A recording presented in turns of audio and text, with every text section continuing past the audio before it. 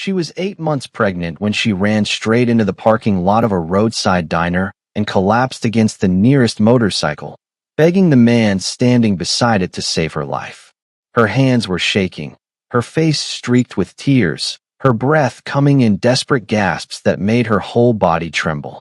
"Please," she choked out, gripping the leather seat of the bike like it was the only solid thing left in the world. "He's going to kill me. He's been following me for months. I can't run anymore. I can't." The man turned slowly. Tall, broad-shouldered, maybe mid-40s, with a beard streaked with gray and eyes that had seen too much of the world to be surprised by anything. He wore a leather vest, worn and weathered, with a patch across the back that read Hell's Angels in bold letters. His name was Marcus, and he wasn't alone. For other bikers stood near their machines, mid-conversation, coffee cups in hand, and every single one of them had stopped talking to look at her. Behind her, at the edge of the parking lot, a silver truck sat idling.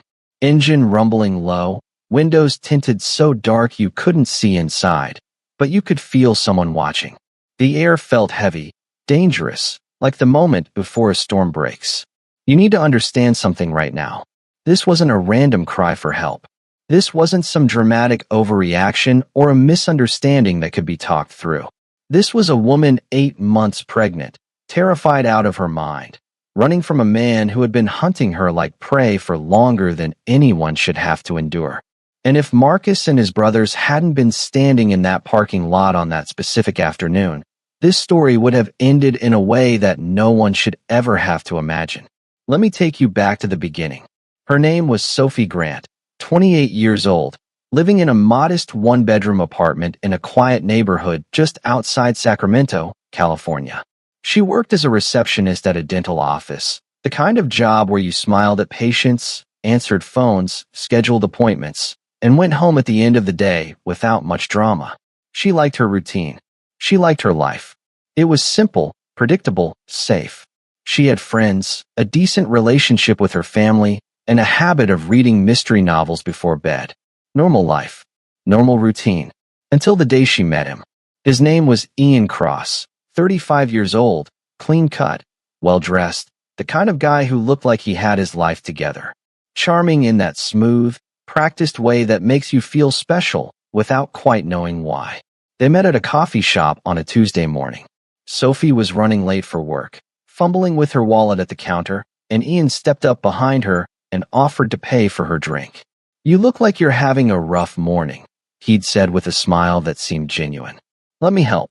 Sophie hesitated, but he insisted, and it felt rude to refuse. So she thanked him, grabbed her latte, and turned to leave. But he followed her outside, asked if she came to this coffee shop often, said he'd seen her there a few times before, and thought she seemed interesting. That should have been the first warning. The fact that he'd noticed her, watched her, remembered her before ever speaking to her. But Sophie told herself she was overthinking it.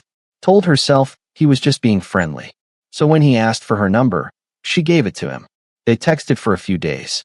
Casual conversation, nothing too forward. He asked about her job, her hobbies, and what she liked to do on weekends. He was attentive, asked follow-up questions, and remembered details. It felt nice to be paid attention to. They went on their first date the following Saturday. Dinner at a nice Italian restaurant downtown. Ian was a perfect gentleman. Pulled out her chair, asked about her day, listened when she talked. He told her he worked in tech, something vague about software development, made decent money, and lived alone. He didn't push for anything physical, didn't make her uncomfortable. When he dropped her off at her apartment, he walked her to the door and said he'd love to see her again.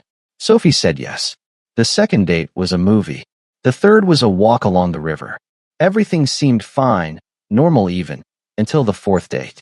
They were having dinner at a small bistro when Ian started asking questions that felt too personal, too specific. What time did she usually get off work? Did she always take the same route home? Did she live alone, or did she have a roommate? When Sophie hesitated, gave vague answers, Ian smiled and said he just wanted to make sure she was safe. That he worried about her driving home late, about her being alone in her apartment. "I just care about you," he'd said, reaching across the table to touch her hand. "Is that so wrong?" Sophie pulled her hand back gently. It's sweet, but we've only been on a few dates. It feels a little fast. Ian's smile didn't falter. You're right. I'm sorry. I just feel like we have a real connection, you know? Like we're meant to know each other. That phrase, meant to know each other, sat wrong in Sophie's stomach.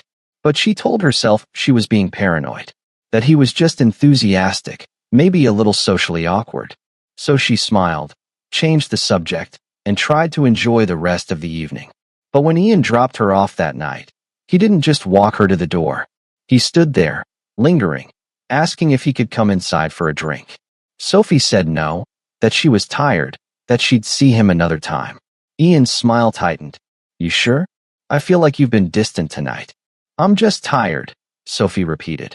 Okay, Ian said, stepping back. I'll call you tomorrow. But something in his tone felt off, like he was upset but trying to hide it. Sophie went inside, locked the door, and felt relief wash over her. The next morning, she woke up to flowers on her doorstep. 24 red roses, no note. She texted Ian, asking if he'd sent them. He replied immediately. Of course. Just wanted to make you smile. Sophie stared at the flowers, unease prickling at the back of her neck. She'd never given Ian her address. When she asked him how he knew where she lived, he responded with a winky face emoji. Followed you home last night to make sure you got there safely. Hope that's okay. It wasn't okay. It was the opposite of okay. Sophie felt her chest tighten. She called her best friend, Nina, and told her everything. That's creepy, Nina said bluntly. You need to cut this guy off. So Sophie did. She texted Ian, told him she didn't think they were compatible, that she appreciated the dates but didn't want to see him anymore. Ian's response came an hour later. That's disappointing. I thought we had something special. Can we at least talk about it? Sophie didn't respond. The next day, a necklace arrived at her workplace. Silver, delicate, expensive looking. Her coworker handed it to her with a grin. Someone's got a secret admirer. Sophie opened the box, saw the necklace, and felt her stomach drop. There was a note inside. You deserve beautiful things. Please don't shut me out. We're meant to be together. She blocked Ian's number. That night, both of her car's front tires were slashed. She found them the next morning, flat and useless, the rubber cut clean through. There was a note tucked under her windshield wiper. You can't run from what's meant to be. Sophie went to the police. She sat in a sterile room at the station, told an officer everything. Showed him the texts, the flowers, the necklace, the note. The officer, a middle-aged man with tired eyes, took it all down. Has he threatened you directly? The officer asked. Not in words, Sophie said. But he slashed my tires. That's vandalism, right? That's illegal. Do you have proof he did it? Sophie's heart sank. No, but who else would it be? The officer sighed. Look, I understand this is scary, but without direct evidence, there's not much we can do. He hasn't made any explicit threats. He hasn't physically harmed you. The best I can suggest is that you document everything. Keep all the messages, take photos, and if he contacts you again, let us know. Sophie left the station feeling hollow. She changed her locks. She told her coworkers at the dental office not to accept any deliveries addressed to her. She blocked every number Ian tried to contact her from, and there were many. For 2 weeks, nothing happened. Sophie started to relax. Started to believe maybe he'd finally gotten the message and moved on. Then she found out she was pregnant. The father was her ex-boyfriend, a man named Daniel Reeves. They'd dated for 3 years, lived together for 1, and broken up 6 months earlier. It had been mutual, relatively amicable. They wanted different things. Daniel wanted to travel, to live freely without commitments. Sophie wanted stability, wanted to settle down eventually. So they parted ways. Stayed in touch occasionally, checked in every few weeks. When Sophie took the pregnancy test and saw the 2 lines, her first instinct was panic. Then she called Daniel. He came over that night, sat with her on the couch while she cried and told him everything. I don't know what to do, Sophie whispered. I wasn't planning for this. We weren't even together. Daniel took her hand. I know, but we'll figure it out. I'm not going to abandon you, Sophie. Whatever you decide, I'm here. Sophie felt a flood of relief. They talked for hours. Decided they'd co-parent. That they'd make it work, even if they weren't together romantically. Daniel said he'd help with everything, that she wasn't alone. For the first time in weeks, Sophie felt like maybe things would be okay. But then Ian found out. Sophie didn't know how. She'd been so careful. But 3 days after she told Daniel, she woke up to messages from a new number. Congratulations on the pregnancy. That baby should be mine. We were meant to be together. You're making a terrible mistake. Sophie's blood ran cold. She showed Daniel the messages. His face went pale, then red with anger. How the hell does he know? Daniel demanded. I don't know, Sophie whispered. They went back to the police. This time, they spoke to a different officer, a woman named Sergeant Caroline Hayes. She was younger, sharper, and more willing to listen. She reviewed all the previous reports, looked at the new messages, and nodded slowly. This is stalking behavior, Hayes said. But I have to be honest with you. He hasn't made any direct threats of violence. He hasn't broken into your home. The messages are disturbing, but they're not enough for an arrest. What do we do? Sophie asked, her voice breaking. Hayes leaned forward. You can file for a restraining order. It's not a guarantee of safety, but it's a legal boundary. If he violates it, we can arrest him. So Sophie filed. It took a week for the order to be processed. During that time, Ian sent more messages. I know you're trying to keep me away. It won't work. We're connected. That baby is part of our destiny. Sophie stopped reading them. She forwarded everything to Hayes and tried to focus on work, on preparing for the baby, on anything other than the fear that sat like a stone in her chest. When the restraining order was finally granted, Hayes personally delivered it to Ian's apartment. She knocked on the door, and Ian answered with a smile. Can I help you? Ian Cross. Hayes asked. That's me. Hayes handed him the papers. This is a restraining order filed by Sophie Grant. You are to stay at least 500 feet away from her at all times. No contact, no messages, no showing up at her home or workplace. Do you understand? Ian's smile didn't waver. There must be some misunderstanding. Sophie and I have a relationship. This is just a rough patch. You don't have a relationship, Hayes said firmly. You've been stalking her. If you violate this order, you'll be arrested. Do you understand? Ian's eyes flickered, something cold and angry passing through them. I understand. Hayes left, and Ian kept his word for exactly 5 days. On the 6th day, Sophie was leaving the dental office after a long shift when she saw it. The silver truck, parked across the street, engine running, windows dark. She couldn't see inside, but she knew. She felt it in her bones, in the way her pulse spiked and her hands began to shake. She got in her car, locked the doors, and started driving. The truck followed. She took random turns, trying to lose it. Left on Maple, right on Birch, straight through a yellow light. The truck stayed 3 car lengths behind, never closer, never farther, like a shadow she couldn't shake. Sophie's breath came in short, gasping breaths.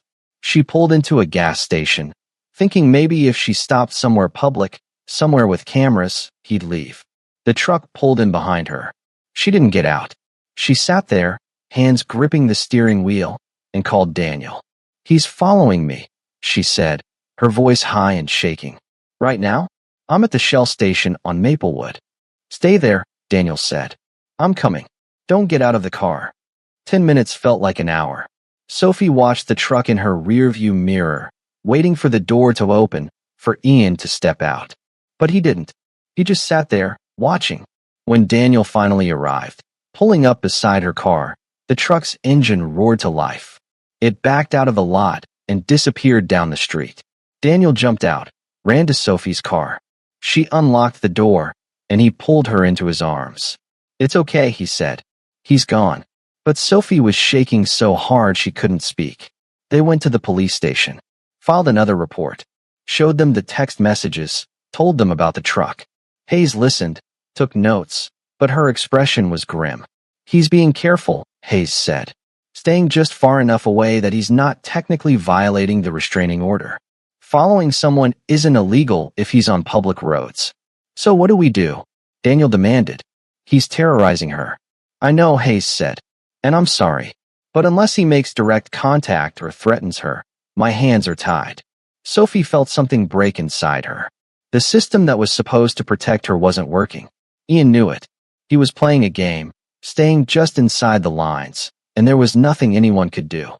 That night, Sophie and Daniel sat in her apartment, curtains drawn, doors locked. "We need to leave," Daniel said quietly. "What? Leave Sacramento. Leave California if we have to. Start over somewhere he can't find us." Sophie stared at him. "You do that? You're carrying my child," Daniel said. "And you're my friend. I'm not letting this guy destroy your life." So they made a plan. They'd pack what they could fit in Daniel's car. They'd tell no one where they were going. They'd leave in the middle of the night and drive until they were far enough away that Ian couldn't follow. 3 days later, at 2 a.m., they loaded up the car and left. Sophie looked back at her apartment one last time, at the life she was leaving behind, and felt a mix of grief and relief. For 3 days, they drove north. Through Oregon, into Washington. They stayed in cheap motels, paid cash, and used fake names. Sophie felt lighter than she had in months. No silver truck in the rearview mirror. No messages. No fear. But on the 4th day, her phone buzzed. Unknown number. Her heart stopped. She almost didn't open it. But she had to know. The message was short. "I know you left. I know you're running. But you can't hide from me, Sophie. We're meant to be together, and that baby is going to be ours." Sophie dropped the phone as it had burned her. Daniel picked it up, read the message, and his face went white. "How?" Sophie whispered. "How does he keep finding us?" Daniel thought for a moment, then his eyes widened. "The necklace." Sophie's stomach dropped. "What?" "The necklace he sent you months ago. Do you still have it?" Sophie's hands were shaking as she dug through her bag. She'd packed it without thinking, tucked in her small jewelry box out of habit.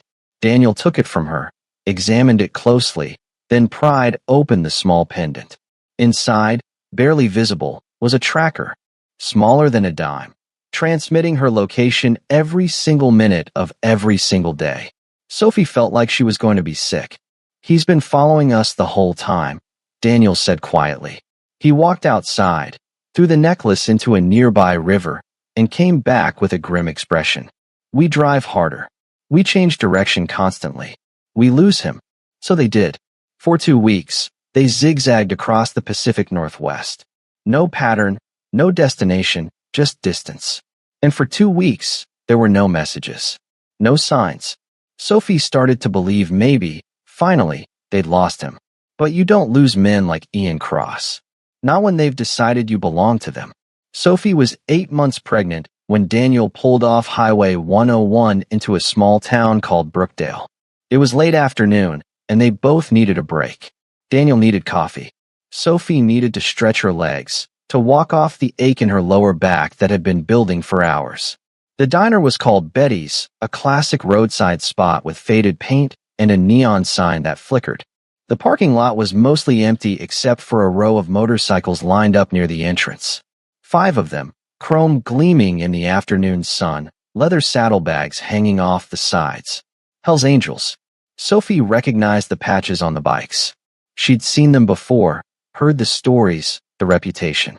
Part of her wanted to suggest they find somewhere else to stop. But Daniel was already pulling into a spot, already turning off the engine. "It's fine," he said, seeing her hesitation. "We'll be in and out." Sophie nodded, but unease prickled at the back of her neck. They got out of the car. Daniel headed toward the diner.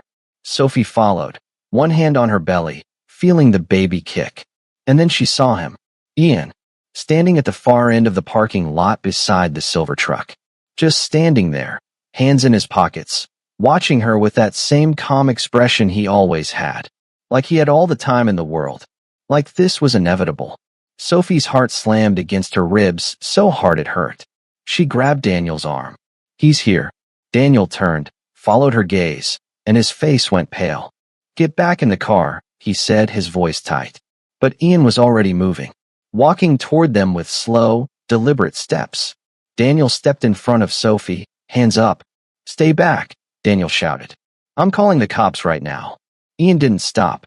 He just kept walking, that calm expression never changing. "Sophie," Ian called, his voice soft, almost gentle. "We need to talk. Just you and me. This has gone on long enough." "She doesn't want to talk to you." Daniel said, louder now. You need to leave. Now. Ian smiled. Or what? You'll stop me. He was close now. Too close. Daniel lunged forward, trying to block him, trying to put himself between Ian and Sophie. Ian shoved him hard. Daniel stumbled, hit the gravel, and landed on his side. Sophie screamed. Ian's hand shot out, grabbing her wrist. His grip was iron, fingers digging into her skin. You're coming with me, Ian said quietly, his voice steady, controlled. This ends now. No more running. No more games. Sophie tried to pull away, but she couldn't. Her pregnant body was slow, off balance. Panic flooded her system, making her dizzy. She looked toward the diner, toward the motorcycles, toward anyone who might help. And that's when she saw him. Marcus. Tall, mid-40s, beard streaked with gray, wearing a leather vest with the Hells Angels patch across the back. He was standing near his bike, holding a cup of coffee, talking to another rider. But his eyes had shifted to the commotion. Sophie didn't think. She just acted. She wrenched her arm free from Ian's grip with a strength she didn't know she had and ran. Ran as fast as her 8 months pregnant body would let her, stumbling across the gravel lot, her breath coming in ragged, desperate gasps. Ian started after her, his footsteps crunching on the gravel behind her. But Sophie reached Marcus first. She grabbed his arm, her knees nearly buckling, and looked up at him with wild, terrified eyes. Please, she gasped, her voice breaking. Please help me. He's going to hurt me. He's been stalking me for months. I'm pregnant. Please. I don't know what else to do. Marcus looked at her face. Red, streaked with tears, eyes wide with genuine terror. Then he looked past her. Ian had stopped a few feet away, hands now in his pockets, that same calm expression on his face. Daniel was getting to his feet in the background, blood on his lip from where he'd hit the ground. The other bikers had turned now. For men, all standing near their motorcycles, all watching. Marcus set down his coffee slowly. His voice was low, steady, the kind of voice that didn't need to be raised to carry authority. What's going on here? Ian's smile was easy, practiced. Misunderstanding. That's my girlfriend. She's upset, emotional. You know how pregnancy hormones can be. I'm just trying to take her home so we can talk this out. Liar. Sophie sobbed, still gripping Marcus's arm. I don't know you. I never wanted anything to do with you. He's been stalking me. Marcus looked at Ian. She says she doesn't know you. Ian's smile didn't waver. She's confused. Scared. The pregnancy is making her irrational. I just want to talk to her, make sure she's okay. Daniel stumbled over, breathing hard, wiping blood from his mouth. He's been stalking her for 8 months. We have police reports, restraining orders. He followed us across 3 states. He won't leave her alone. Marcus studied Ian for a long moment. Then he looked at his brothers. The other bikers moved without a word, casual but deliberate, forming a loose circle around Sophie, between her and Ian. Here's what's going to happen, Marcus said, his voice calm but carrying a weight that made the air feel heavier. You're going to get in your truck and leave. Right now. Ian's smile tightened. I'm not leaving without her. We need to talk. No, Marcus said. You don't. She doesn't want to talk to you. So you're leaving. Ian glanced at the other bikers. For men, all standing firm, all watching him with expressions that said they weren't going anywhere. Ian's jaw clenched. You can't do this. You're threatening me. I'll call the police. Go ahead, Marcus said. Tell them you were harassing a pregnant woman. And a group of concerned citizens stepped in. For the first time, Ian's confidence cracked. His calm mask slipped, and Sophie saw what was underneath. Rage. Control slipping away. His hands curled into fists. This isn't over, Ian said quietly, his voice cold. Not even close. He looked at Sophie one last time, and the intensity in his eyes made her blood run cold. Then he turned and walked back to his truck. Slow. Deliberate. Never taking his eyes off her until he climbed inside. The engine roared to life. The silver truck pulled out of the lot, tires crunching on gravel, and disappeared down the highway. Sophie's legs gave out. She sat down hard on the gravel, her whole body shaking so violently she thought she might pass out. Marcus crouched beside her, his voice gentle now. You're safe. He's gone. Sophie looked up at him, tears streaming down her face. He'll come back. He always comes back. He always finds me. Marcus nodded slowly. Then we'll make sure he doesn't get close. Inside the diner, Sophie sat in a worn booth near the back, a cup of water in her trembling hands. Daniel sat beside her, holding her other hand tight, his knuckles white. Marcus sat across from them, the other bikers nearby. One of them, a younger guy with a shaved head and a scar across his eyebrow, stood near the door, watching the parking lot. Marcus leaned forward, his elbows on the table. Tell me everything. From the beginning. So Sophie did. She told him about the coffee shop, about Ian's charm that turned into obsession, about the dates, the gifts, the messages that wouldn't stop, about how he'd somehow known where she lived, where she worked, even when she changed her number, about the slashed tires, the break-ins, the tracker hidden in the necklace, about the police who couldn't do enough because Ian was always so careful, always just inside the legal lines, about the months of running, the cheap motels, the fake names, the constant fear. When she finished, her voice was hoarse. Marcus was quiet for a long moment, his expression dark. Then he pulled out his phone. What's his full name? Ian Cross, Daniel said. Marcus typed, scrolled, his jaw tightening. He's got priors. Harassment charges in Oregon and Northern California. Both dropped because the victims stopped cooperating. Sophie felt bile rise in her throat. He's done this before. And he got away with it, Marcus said quietly. He looked at his brothers, and something passed between them. An understanding. One of the other bikers, a man named Cole with gray streaks in his long hair and tattooed arms, leaned forward. What's the play, Marcus? Marcus thought for a moment, his eyes hard. We follow him. Figure out where he's staying, what he's planning. Then we make sure the cops can't ignore him anymore. Daniel looked between them, disbelief and hope warring on his face. You do that? For us? You don't even know us. Marcus looked at Sophie, at her swollen belly, at the exhaustion and fear etched into every line of her face. No one messes with a pregnant woman, he said simply. Not on my watch. Another biker, a stocky man with a thick beard named Ray, spoke up. We got rooms at the motel down the road. You two should stay there tonight. We'll keep an eye out. Sophie's eyes filled with tears again. I don't know how to thank you. Don't thank us yet, Marcus said. Let's make sure this guy can't hurt you first. For the next 2 days, Sophie and Daniel stayed in a small motel on the outskirts of Brookdale. It was cheap, the kind of place with peeling wallpaper and a flickering TV, but Sophie didn't care. For the first time in months, she felt something close to safe. Marcus and his brothers kept watching shifts. Motorcycles parked outside, engines rumbling periodically as they checked the perimeter. Sophie finally slept. Not deeply, but more than she had in weeks. On the third day, Marcus came to their room with news. He knocked, and Daniel opened the door. We found him, Marcus said. Sophie's stomach dropped. Where? Motel about 20 miles south of here. A place called the Desert Inn. He checked in 2 days ago under a fake name, but it's him. Cole followed him there yesterday. Daniel's face paled. What's he doing? Marcus's expression was grim. Watching. Waiting. We think he knows you're here, or at least that you're nearby. He's been driving past this motel 3 times a day. Sophie felt her chest tighten.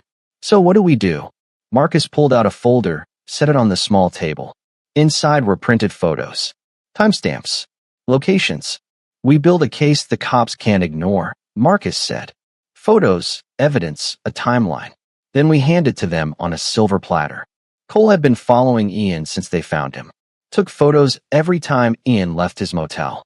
Pictures of Ian driving slowly past Sophie's motel, parking across the street, walking up to the building, before Cole scared him off.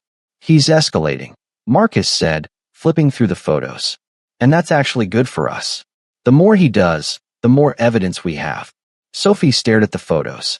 At Ian's face, calm and focused in every shot. What if he does something before the cops can act? What if he comes after me again? Marcus looked at her steadily. Then we stop him. That night, everything changed. It was past midnight when Cole, on watch outside the motel, saw headlights approaching. No engine noise, just the glow cutting through the darkness. The silver truck. Cole immediately pulled out his phone, called Marcus. He's here. Marcus was there in 3 minutes, along with Ray and another rider named Tommy. They parked their bikes out of sight and watched. Ian stepped out of the truck. He stood there for a moment, looking at the motel, at the row of dark windows. Then he started walking, straight towards Sophie's room. Cole stepped out from the shadows, blocking his path. Wrong room, buddy. Ian stopped. For a second, neither of them moved. Then Ian reached into his jacket and pulled out a knife. The blade glinted in the dim light from the motel sign. Cole didn't flinch. That's a bad idea. Headlights flooded the parking lot. Marcus and the others roared in on their bikes, engines screaming, surrounding Ian. Ian looked around, knife still in hand, and for the first time, real fear crossed his face. He was surrounded, outnumbered. Put it down, Marcus said, his voice like iron. Ian's hand tightened on the knife. His eyes darted between the bikers, calculating, desperate. She's mine, Ian said, his voice shaking now. You don't understand. We're meant to be together. No, Marcus said, stepping closer. She's not yours. She never was. And you're done. The other bikers closed in, a wall of leather and muscle. Ian's eyes went wild. You're threatening me. I'll tell the police you attacked me. Cops are already on their way, Marcus said calmly. You just threatened someone with a deadly weapon. In front of 5 witnesses. You're done, Ian. Ian looked at Marcus, then at the knife in his hand. And slowly, his hand opened. The knife clattered to the pavement. Marcus kicked it away, out of reach. Ray picked it up, held it carefully by the handle. Ian's face twisted with rage and desperation. You don't know who you're messing with. I'll ruin you. I'll ruin all of you. Marcus stepped even closer, his voice dropping low. And you don't know who you just tried to threaten. The woman in that room has been through hell because of you. You've stalked her, terrorized her, destroyed her life. But it ends tonight. Sirens wailed in the distance, getting closer. Ian heard them, and his face went white. 2 police cars pulled into the lot, lights flashing red and blue. Officers stepped out, hands on their belts. Sergeant Hayes was with them. She looked at the scene, at Ian surrounded by bikers, at the knife on the ground, and her expression hardened. Let him go, Hayes said. The bikers stepped back. Ian stumbled forward, trying to compose himself, trying to find his calm mask again. Detective, thank God, Ian started. These men attacked me. They threatened me. I was just Hayes held up a hand, cutting him off. Ian Cross, you're under arrest for assault with a deadly weapon, stalking, and violation of a restraining order. Ian's face drained of color. What? No, you don't understand. I haven't done anything. These men, Ian, shut up, Hayes said coldly. She nodded to the officers. They moved in, pulling Ian's arms behind his back, cuffing his wrists. You have the right to remain silent, Hayes began. You can't do this, Ian shouted, his voice rising to a panic. This is illegal. I'll sue every single one of you. I haven't done anything wrong. Hayes stepped closer, her voice low and cold. You've been stalking a pregnant woman for 8 months. You sent threatening messages. You violated a restraining order. You trespassed. You created fake identities to track her. And tonight, you pulled a knife on someone. So yes, Mr. Cross, I absolutely can do this. She turned to the officers. Get him out of here. They dragged Ian toward the patrol car. He was still shouting, still trying to twist the narrative, but no one was listening anymore. As they shoved him into the back seat, Ian's eyes found Sophie standing in the doorway of her motel room, Daniel beside her. Ian stared at her, and even through the window, even in handcuffs, his expression was chilling. Come again. Like he knew something they didn't. Then the car door slammed shut, and he was gone. Hayes walked over to Sophie and Daniel. Are you both okay? Sophie nodded, tears streaming down her face. Thank you. Thank you so much. Hayes glanced at Marcus. You and your crew did good work. We couldn't have built this case without the evidence you gathered. Marcus just nodded. We did what needed to be done. Hayes handed Sophie a card. I'll be in touch. He's going to be held without bail this time. The evidence is overwhelming. You're safe now. 2 months later, Sophie gave birth to a healthy baby girl in a small hospital in Montana. She weighed 7 pounds, 3 ounces, had a full head of dark hair, and cried with strong, healthy lungs. Sophie held her daughter for the first time and wept.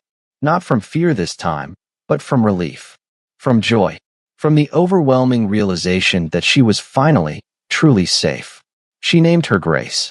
Grace Marie Grant. Daniel was there, holding Sophie's hand, tears in his own eyes as he looked at his daughter. "She's perfect," he whispered. Ian Cross was sentenced 4 months later to 9 years in prison. Sophie testified at the trial, her voice steady, her daughter in her arms. So did Daniel. So did Marcus and the other bikers. And so did a woman named Rachel Simmons from Oregon, who'd finally found the courage to come forward after reading about Sophie's case online. Rachel told her own story of being stalked by Ian, of the messages, the fear, the way he'd made her feel crazy. The jury deliberated for less than 3 hours. When the verdict was read, guilty on all counts, Sophie sat in the courtroom and exhaled for what felt like the first time in a year. Justice sometimes does come.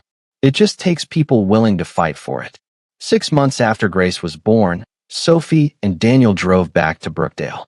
The Nevada desert looked the same as it always did. Endless, golden, unforgiving under the afternoon sun.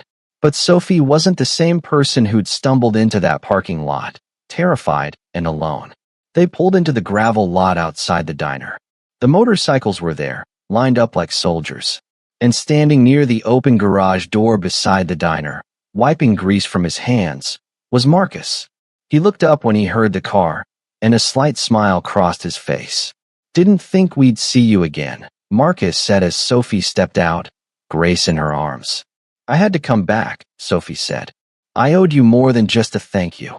Marcus walked over, looked down at the baby. "She's beautiful. What's her name?" "Grace," Sophie said. "Grace Marie. And her middle name is almost Marcus, but I figured you might not appreciate a girl named Marcus." Marcus laughed, a rare sound. "Grace is perfect." Inside the diner, Maya was working behind the counter. Cole, Ray, and Tommy were sitting in a booth, drinking coffee. When they saw Sophie, everything stopped. Maya came around the counter, pulled Sophie into a careful hug, mindful of the baby. "Look at you," Maya said, pulling back to study her face. "You look good. Really good."